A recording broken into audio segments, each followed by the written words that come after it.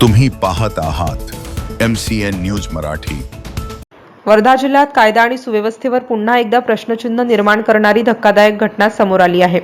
नालवाडी रोडवरील हॉटेल मॉन्टोना मध्ये एका युवकावर चाकूने सपासप वार करून त्याला ठार मारण्याचा प्रयत्न करण्यात आला।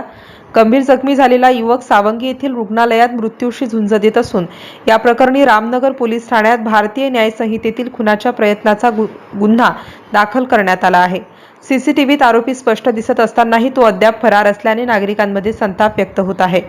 मंगळवारी रात्री सुमारे 10 वाजण्याच्या सुमारास वर्धा नागपूर महामार्गावरील नालवाडी परिसरातील हॉटेल मॉन्टोना मध्ये ही थरारक घटना घडली।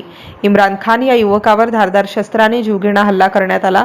या हल्ल्यात तो गंभीर जखमी झाला असून त्याच्यावर सावंगी येथील रुग्णालयात उपचार सुरू आहेत। जखमी इम्रान खान हा वर्ध्यातील प्रसिद्ध विधिज्ञ अशरद खान यांचा मुलगा असल्याचीही माहिती समोर आली आहे। या घटनेनंतर शहरात मोठी खळबळ उडाली आहे। या प्रकरणी रामनगर पोलीस ठाण्यात भारतीय न्याय संहिते अंतर्गत खुनाच्या प्रयत्नाचा गुन्हा दाखल करण्यात आला। पोलिसांच्या हाती सीसीटीव्ही फुटेज लागले असून त्यामध्ये संशयित आरोपी स्पष्टपणे दिसत असल्याची माहिती आहे। आरोपींचा शोध घेण्यासाठी पोलिसांनी 4 विशेष पथके तयार केली असून विविध ठिकाणी शोध मोहीम सुरू आहे। घटनेतील आरोपींना तातडीने अटक करून कठोर कारवाई करावी अशी मागणी नागरिकांकडून होत आहे।